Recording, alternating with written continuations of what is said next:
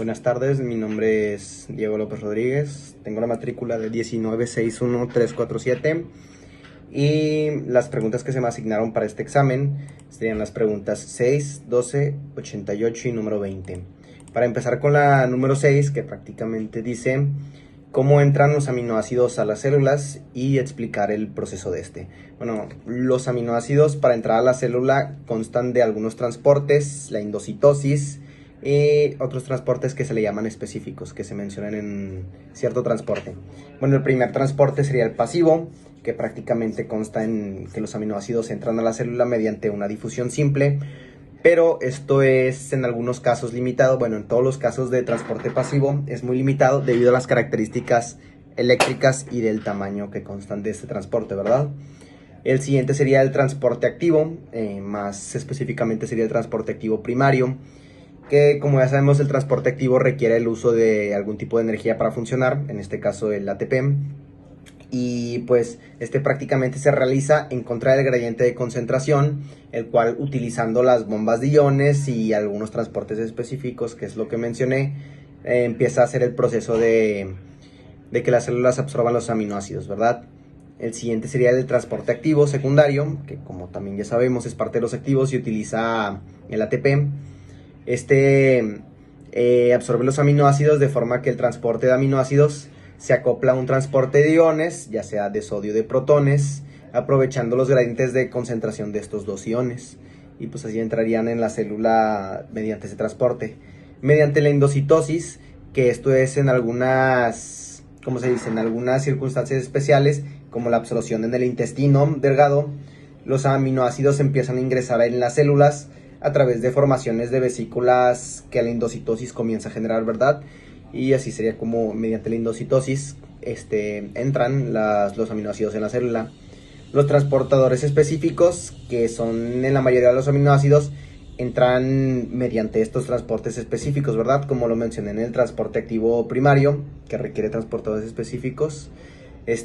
Prácticamente dice que mediante los transportes específicos, la membrana de la célula comienza a hacer la absorción de los aminoácidos. Estos facilitan el ingreso de los aminoácidos según las necesidades y la disponibilidad de la célula en general.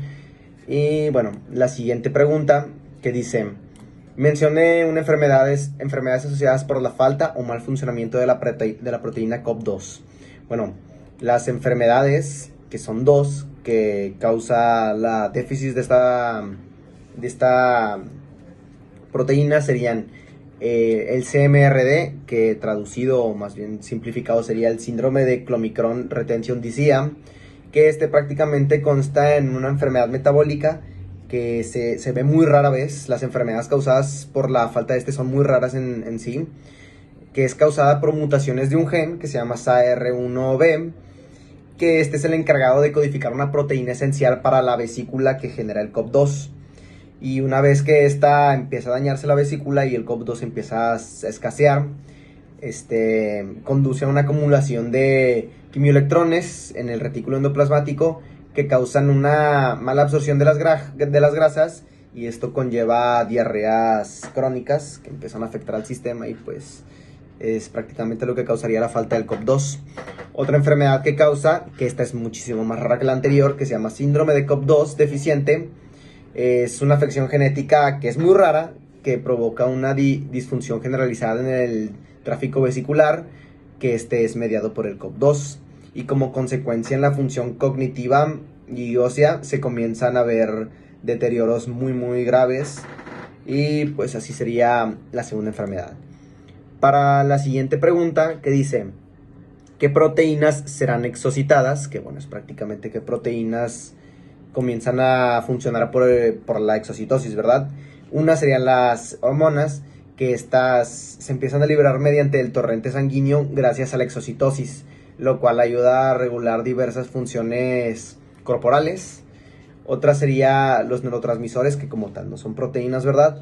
Pero la exocitosis también ayuda en el proceso de estas, haciendo que las neuronas, la exocitosis se utiliza para liberar neurotransmisores en la sinapsis y transmitir señales hacia otras células, que es prácticamente la tarea principal de las neuronas, ¿verdad? Y todo esto se debe principalmente a la exocitosis.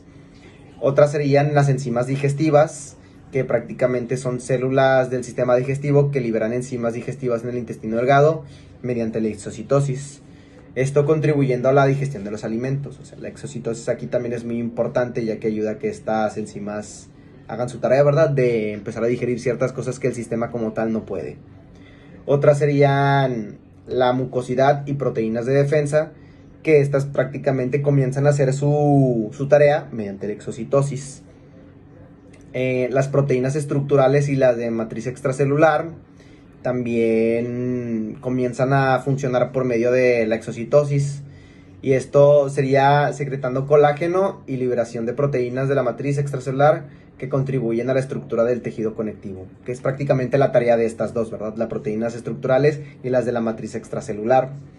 La siguiente pregunta dice: ¿quién descubrió y describió el aparato de Golgi y por qué se llama así? Bueno, prácticamente el que hizo esta tarea fue el italiano, es un científico italiano que se llamaba Camillo Golgi, y pues por su apellido se nota que le puso este nombre a esta parte de la célula, que se llama Camillo Golgi, y pues el nombre que le puso al aparato de Golgi es por su apellido prácticamente.